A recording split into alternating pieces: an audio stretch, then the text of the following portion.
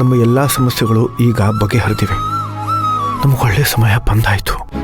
ಇನ್ಮೇಲೆ ನಮಗೆಲ್ಲ ಒಳ್ಳೇದೇ ಆಗತ್ತೆ. ನೀನು ಸುಮ್ಮನೆ ಏನೇನೋ ಯೋಚನೆ ಮಾಡ್ತಾ ಕೂತ್ಕೋಬೇಡ. ಇನ್ನೇನೇ ಇದ್ರೂ ನೀನು ಸಮಯಕ್ಕೆ ಸರಿಯಾಗಿ ಊಟ ಮಾಡು, ಮಾತ್ರೆ ತಗೋ, ವಿಶ್ರಾಂತಿ ತಗೋ, ವ್ಯಾಯಾಮ ಮಾಡು, ಅಷ್ಟೇ ಸಾಕು.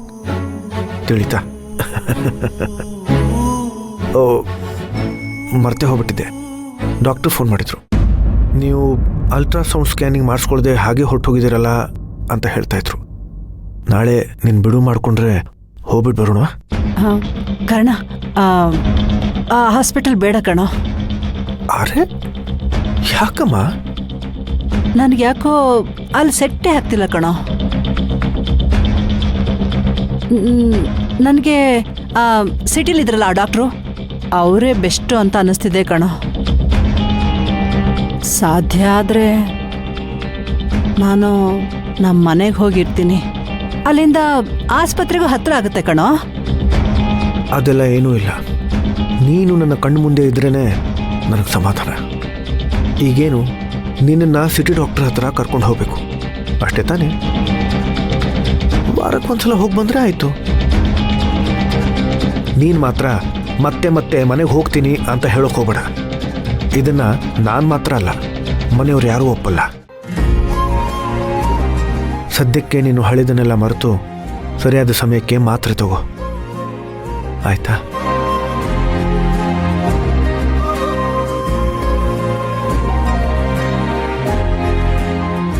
ಲವ್ ಯು ಮಾ.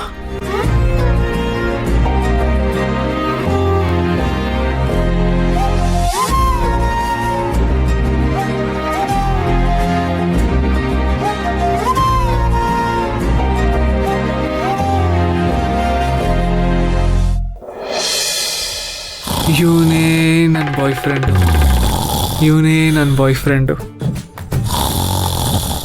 ಇವನೇ ನನ್ನ ಬಾಯ್ ಫ್ರೆಂಡು, ಇವನೇ ನನ್ನ ಬಾಯ್ ಫ್ರೆಂಡು, ಇವನೇ ನನ್ನ ಬಾಯ್ ಫ್ರೆಂಡು, ಇವನೇ ನನ್ನ ಬಾಯ್ ಫ್ರೆಂಡು, ಇವನೇ ನನ್ನ ಬಾಯ್ ಫ್ರೆಂಡ್, ಇವನೇ ನನ್ನ ಬಾಯ್ ಫ್ರೆಂಡು, ಇವನೇ ನನ್ನ ಬಾಯ್ ಫ್ರೆಂಡು, ನನ್ನ ಬಾಯ್ ಫ್ರೆಂಡ್,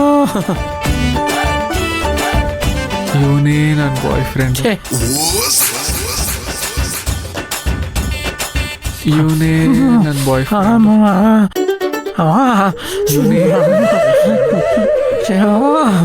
ಇವನೇ ನನ್ನ ಬಾಯ್ ಫ್ರೆಂಡು, ಇವನೇ ನನ್ನ ಫ್ರೆಂಡು,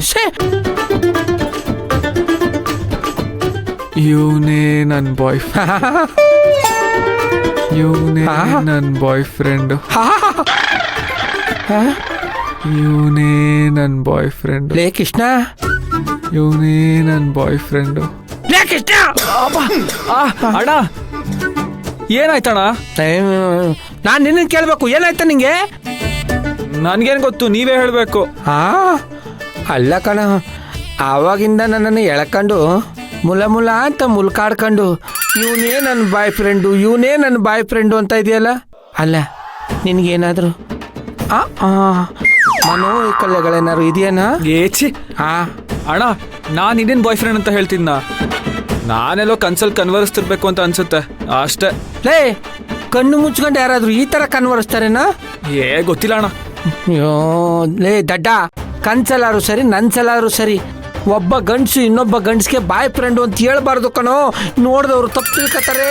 ಅಯ್ಯೋ ಸುಮ್ಮನಿರಣ್ಣ, ನಾನೆಲ್ಲೋ ಸುಮ್ಮನೆ ಹೇಳಿರ್ಬೇಕು ಅಷ್ಟೇ. ಹೌದಪ್ಪ, ಬಾಯ್ ತಪ್ಪು ಹೇಳ್ತೀಯ, ಕೈ ತಪ್ಪು ಎಳ್ಕೊಂಬಿಡ್ತೀಯ.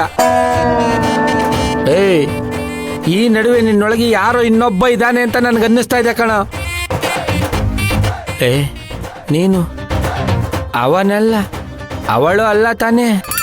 ಅಣ್ಣ ಏನಣ್ಣ ನೀನು ಏನೇನೋ ಮಾತಾಡ್ತೀಯ? ಏನೋ ಬೈ ಮಿಸ್ಟೇಕ್ ಆಗಿದ್ದಕ್ಕೆ ಇಷ್ಟೊಂದು ಮಾತಾಡ್ತಿದ್ದೀರ ಅಣ್ಣ, ಸುಮ್ಮನಿರಣ್ಣ. ನನ್ನಿಂದ ಏನಾದ್ರು ತಪ್ಪಾಗಿದ್ರೆ ಸಾರಿ, ದಯವಿಟ್ಟು ಕ್ಷಮಿಸ್ಬಿಡೋಣ. ಲೇ, ಒಬ್ಬನೇ ಮಲಗಕ್ಕೆ ಭಯ ಅಂತೇಳಿ ಈಗ ನನ್ನನ್ನೇ ಭಯ ಪಡಿಸ್ತಾ ಇದೆಯಲ್ಲ. ಆಯ್ತು ಹೋಗಪ್ಪ, ಕ್ಷಮಿಸಿದ್ದೀನಿ. ಲೇ, ನೀನು ಹೋಗ್ಬೇಡ ಬಿಡಪ್ಪ, ನಾನೇ ಹೋಯ್ತೀನಿ. ಅಣ್ಣ ಅಣ್ಣ ನನಗೊಬ್ಬನೇ ಮಲ್ಗೋದಕ್ಕೆ ಭಯ ಆಗುತ್ತಣ್ಣ. ಏಯ್ ಇನ್ನೊಂದು ಮಾತಾಡ್ರೆ ಮೊಕ ಸೆಟ್ ಹೊಡೆದು ಬಿಡ್ತೀನಿ. ಬಿತ್ಕಳ ಸುಮ್ಮನೆ ಬಿತ್ಕಳ. ಆಯ್ತು ಬಿಡೋಣ. ಅಯ್ಯೋ ಅಯ್ಯೋ ಅಮ್ಮ ಯಪ್ಪ ಅಣ್ಣ ಭಯ ಆಗುತ್ತೆ ಅಣ್ಣ. ಮಲ್ಕ ಸುಮ್ಮನೆ ಮಲ್ಕಳ ಮಲ್ಕಳ ಮಲ್ಕ. ಇನ್ನೊಂದ್ಸರಿ ಎದ್ರೆ ಎದ್ದೊಳ್ಳೇಬಾರದು, ಹಂಗ್ ಹೊಡೆದಾಕ್ಬಿಡ್ತೀನಿ. ಮಲ್ಕ ಬೇತ್ ಅಣ್ಣ ಅಂತೆ ಅಣ್ಣ.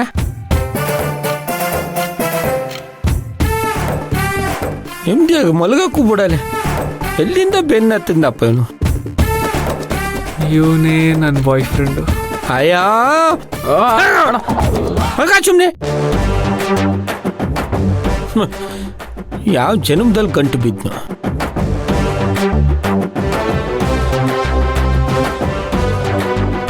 ಏಯ್ ಆಯ್ತಣ್ಣ. ಬಿತ್ಕಳ ಸುಮ್ಮನೆ.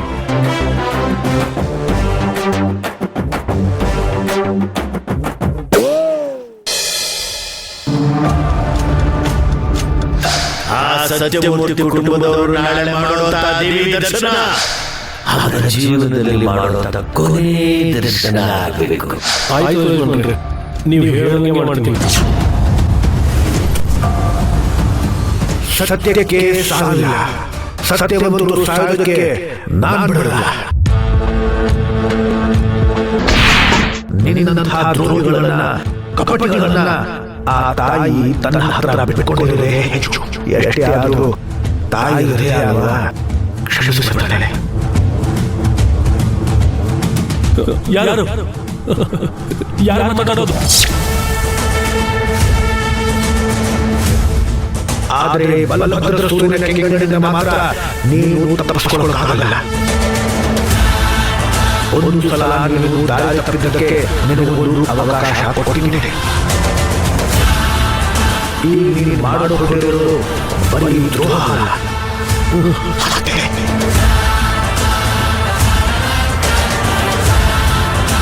ನಾಳೆ ಸೂರ್ಯೋದಯ ಹೊತ್ತಿಗೆ ಆಕಾಶದಲ್ಲಿ ಬರೀ ಹಕ್ಕಿಗಳು ಹಾರ್ತಾ ಇರಲ್ಲ, ಅವುಗಳ ಜೊತೆಗೆ ನಿನ್ನ ಪ್ರಾಣದ ಹಕ್ಕಿನೂ ಹಾರ್ತಾ ಇರುತ್ತೆ. ನಿನ್ನಂತಹ ನರಹಂತಕ ಬದುಕಿರಬಾರದು. ಸಾಯ್ಯ. ಯಾರು ಬಿಟ್ಟರು ನಾನು ಬಿಡಲ್ಲ. ಮುಗಿಸಿದ್ದೀನಿ. ಖಂಡಿತ ನಿನ್ನ ಛಿದ್ರ ಮಾಡೇ ಮಾಡ್ತೀನಿ.